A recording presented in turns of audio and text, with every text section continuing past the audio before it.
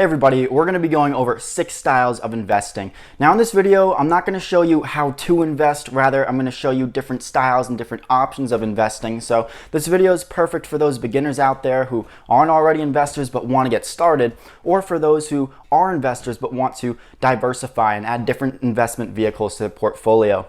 Now for those of you who do want a more hands-on approach, I am a real estate agent and investor, and I share my experience and my knowledge on this channel as well of how to get started in investing and how to achieve financial freedom. So if you want more detailed how-to videos, go check out some of my other ones. But let's get into this video, starting with the first style. The first investing style is the 9-to-5 investor, and they have 2 key investment vehicles, the 401k and the Roth. These are employer-sponsored plans, which simply means that your employer set them up for you. A 401k is essentially an allocation mix, right, where you get to pick it. I want 90% stocks and 10% bonds, or vice versa. Or I want a retirement target date fund. Now the cool thing about a 401k and a Roth is that your employer will match a percentage of what you put in. So let's say you put in $1, some employers will also put in $1 to match you. Some employers will only do 50 cents to the dollar. It just really depends on your employer. Now, there is a limitation to how much you can contribute to your 401k, and that generally goes up every year, but right now it's $19,500. That's the max you can put into your 401k. Now, the difference between the 401k and the Roth is that the 401k, your money goes in without being taxed, whereas the Roth, you had to get taxed on that money first, then it can go in. And then the difference is that when you retire, right, the reverse happens. You get taxed on that money coming out of your 401k, whereas the money that comes out of your Roth is tax-free. But let's do some quick math here and figure out how much money could you really make if you maxed out your 401k or your Roth account starting at age 25 and all the way to 65. So you got 40 years, and let's say it's an 8% average annualized return. If you put in $19,500 every single year, you would end up with $5 million by the time you go to retire. Not too bad for someone who's working at a 9-to-5. Now, the only downside to that is you can't touch that money until you're 65. So even if you had enough in your account to retire at, let's say, 40, it does you no good because you can't touch it without being penalized and losing almost half of it. Now, the second investment vehicle available to your 9-to-5 investor is the HSA. Not a lot of people know about this. Not a lot of people think about it as an investment, but it's another great asset. The way that the HSA works is it allows you to put money in just like the 401k without being taxed.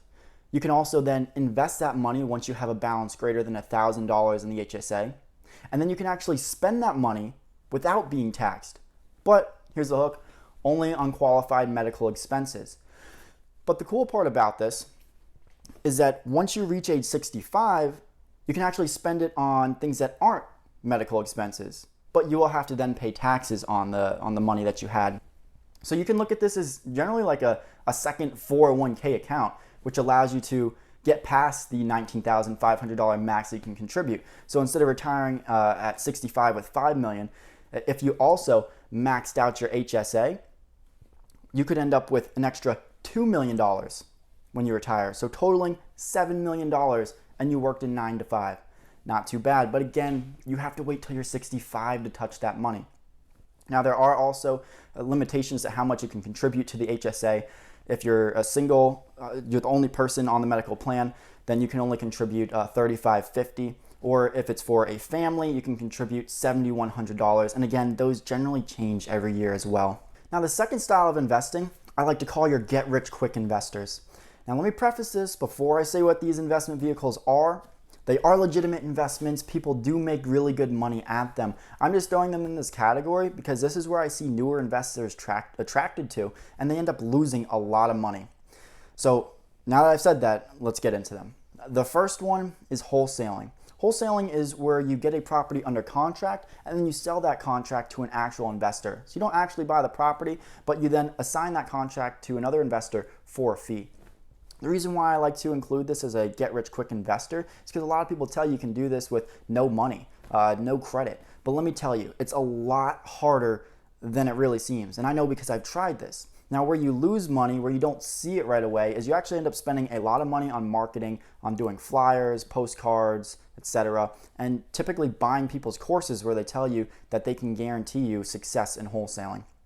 Now, the second get-rich-quick style is flippers. Again, another legitimate strategy. People make a lot of money doing this, but this is a very risky one where I see a lot of people going to courses for paying $60,000 to figure out how to flip a house when they could have spent that money on flipping the house. And for those of you who don't know what flipping a house is basically you buy an ugly house below market value, you fix it up and you sell it and you make a profit. The third style of investing is your margin trader. This is trading stocks, and this is where you take your portfolio balance and you borrow a percent of that. Sometimes you can get 100% of your portfolio balance, meaning that you're using borrowed money, basically you're using a loan to go buy more stocks. Now, the problem with this is if the stock market falls really hard and it falls below the maintenance level that your broker set, they can call you up and say, hey, we need that money in there right now to make us whole. And if you don't have the money, we're going to sell your portfolio. So it will amplify the gains that you can make. It will help you double and triple your money really fast, but it can also help you lose a lot more money than you even had to start with. So very risky strategy, but again, a lot of people are successful with it. The fourth one that I see get-rich-quick investors attracted to is cryptocurrency. Again, Bitcoin has made a lot of people a lot of money, but I see a lot of other people getting tricked into different cryptocurrencies that aren't legit, and telling them that they're going to be the next Bitcoin, and they get scammed out of their money. So be careful if you're going into cryptocurrency. But cryptocurrency is essentially just a digital exchange where it's a hedge against the dollar, that they believe, hey, look, the Fed can't control the inflation on it, and they think this is going to be the next exchange of currency for that reason. Some people just buy it for speculation because they think the price will go up. Again, it's a little bit more of a risky investment, and that's why I put it here in the get-rich-quick investor category. Now, the third investing style, I like to call them your stock lovers, and they have 5 investing options. The first one is to be a long-term buy and hold stock picker.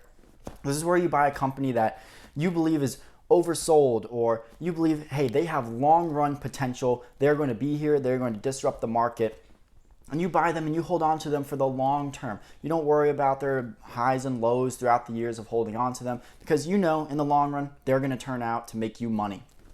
Now, the second option that stock lovers have is day trading. This is essentially the opposite of being a long-term buy and holder. Day trading is where you buy a stock and you sell it within the same day. Now, the goal here is to buy it at its low and sell it at its high. This is also really popular on YouTube. There's a ton of videos and courses out there of people trying to teach you how to day trade. Now, swing trading is very similar to day trading, except it's over a longer time horizon. So rather than buying and selling that stock in the same day, you might sell it over the course of a couple days or maybe even a couple weeks. But again, with the same goal, buying it at its low and selling it at its high. Another key fundamental difference between day traders or swing traders and your long-term buy and holders is the type of analysis that they use. Generally, your long-term buy and holder is going to use a fundamental analysis to evaluate what stocks to buy, which is simply just saying, looking at the balance sheets, looking at their assets, looking at their income, looking at their liabilities, and looking at what kind of potential this company has in the future, right? Looking at Tesla and seeing, hey, maybe their balance sheet doesn't look too good, but maybe you know, oh wow, this company has a lot of potential. They might not be turning a profit yet, but they're going to disrupt the market. And that's why you buy into Tesla. Whereas a day trader or a swing trader would rather look at the technicals of Tesla, which means to look at the charts, look at the ups and downs, and try to identify patterns, essentially looking at the psychology of the market to try to identify when is the bottom of the market and when is it going to the top, so they can figure out when to buy and when to sell. Now, I'll leave that up to you to figure out which strategy works more for you, but let's look at option number 4, because maybe this is the one for you.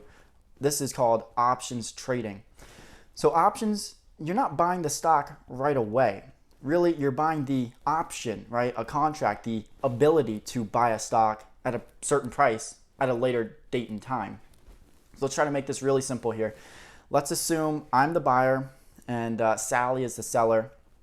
I go up to Sally and I say, hey, I want the option to buy your Tesla stock at $500 over the next 4 weeks. and I will give you $200 for the option, the ability to do that.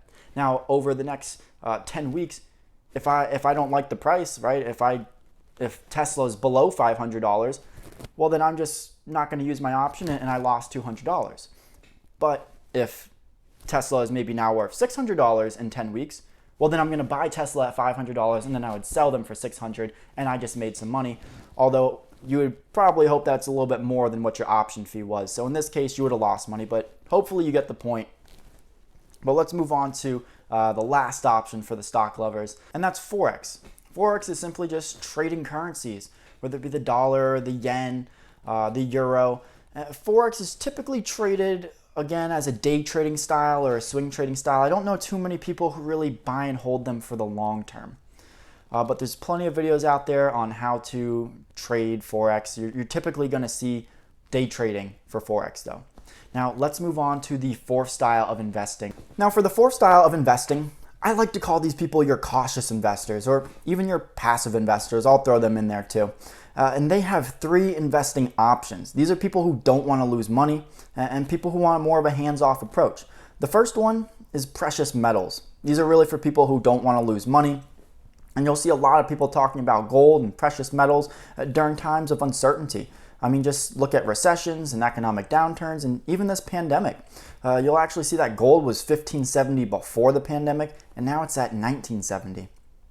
Another option for those who are looking to preserve their capital and their wealth are bonds. And actually, bonds have done pretty well over the past 20 years, regardless of what you're looking to do. Now, they didn't have as high of a return as stocks did, but they did return on average about 3 to 5.5% every single year. And for a safe investment, that's pretty good. Now, bonds correlate to the interest rates, except they do the opposite of what interest rates do. So as interest rates go up, the price of bonds go down. And as interest rates go down, the price of bonds go up. So maybe that explains why bonds have done so well over the past 20 years, because we've just seen interest rates, well, trending down. Now, they have one more investment option, and this is more for your passive investor. This is someone who doesn't want to have to pick stocks and figure out all this information and study investments. And they just say, I want to be invested, but I don't want to have to do all this research. Index funds are the way to go. Index funds are created to match a stock market index, right? Your S&P 500, your top 500 companies, or the Dow Jones. People create indexes that are supposed to track the same performance of what the S&P 500 does. So essentially, if the S&P 500 returns 11% this year, that index is supposed to get you pretty close to returning 11% by matching the same diversity that the S&P 500 has. Now, the fifth investing style is your residential real estate investor. And they have two investing options. One is a single family home and the other is a multifamily property. So the difference is a single family is 1 unit, whereas a multifamily is a duplex or 2 units, or a triplex 3 units, all the way up to a fourplex, which is 4 units. Anything past 4 units is considered commercial. Now there's 4 ways to make money investing in these two options. 1 is through cash flow, 2 is through appreciation, 3 is through principal paydown, and 4 is through forced appreciation. So that's mainly where the difference comes in between the two, is the forced appreciation and also the regular appreciation. Single family generally tends to have higher appreciation levels compared to multifamily, and in this instance, multifamily is referring to 2 to 4 units. Now, forced appreciation is the main difference between the two. For single family, they're generally valued based on how nice the home looks. So you'll come in, you'll find an ugly house, and you'll make it look pretty, and then you'll sell it for way more. Hopefully, you were able to sell it for more than what you put into it, and there's your forced appreciation. But in this case, we're not talking about selling it, we're talking about holding it and renting it out, and that's where the other factors come in, where you get the cash flow, right? The rent that's paying you more than what your mortgage is on the property, and then on top of that, they are paying your mortgage down, so you're getting principal pay down, and on average, real estate tends to appreciate 3 to 5% every single year. Now, for the multifamily, the forced appreciation doesn't always come in the looks of cosmetics. It's more of what the rents are. So generally, you want to find something that's below market rent, get the unit. If you got to fix it up, do whatever you got to do in order to get those rents higher. And when it has a higher rent, a higher cash flow, now that property is worth more. But you get the same benefits as well. You get appreciation. generally a little bit lower than single family, but you'll also get principal pay down, you'll get cash flow, which might be a little more than what's on single family. And you'll get the forced appreciation, just a different method in order to get it. The sixth style of investing is your commercial real estate investor, and they have 4 investing vehicles. They have multifamily, retail, office, and industrial. So the difference between commercial and residential multifamily is that commercial is anything that's 5 units and more, residential is anything that's 4 units and less. And I'm sure we're already familiar with office and retail, but industrial is manufacturing, storage centers, data centers, etc.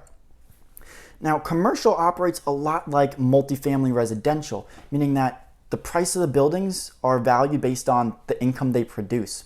So a couple ways to get a forced appreciation in commercial is by increasing the rent or decreasing the expenses in order to increase your net operating income. And commercial real estate also has different types of lease structures that you can create between the landlord and the tenant. You have what's called a gross lease, which is where the tenant pays just rent and the landlord pays for everything else.